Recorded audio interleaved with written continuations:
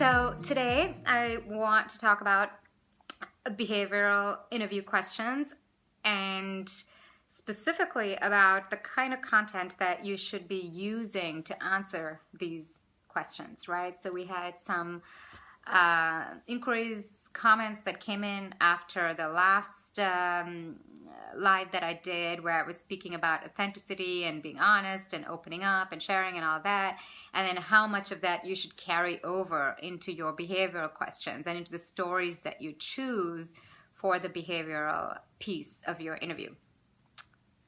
So if we step back a little bit, remember that the behavioral piece is the part where they say, tell me about a time when, right? So tell me about a time when you had a conflict with your boss. Tell me about a time when you had a conflict with a client.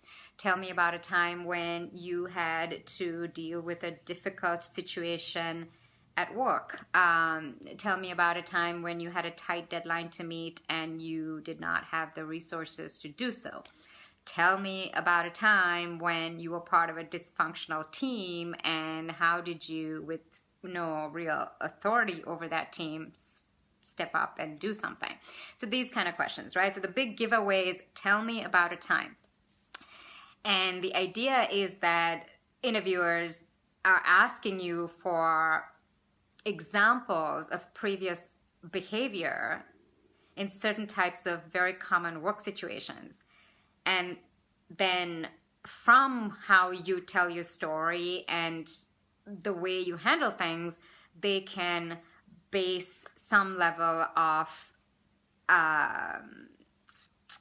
judgment on how you might behave in similar situations in the future, right? Because situations like conflicts with clients and, difficulties with internal teams and deadlines and all of that is very, very common, right? So rather than just ask you, how do you, so tell me about your conflict resolution skills, or how do you deal with deadlines? I mean, because these are it's kind of like, first of all, boring to ask you that. And second of all, you could say anything, right?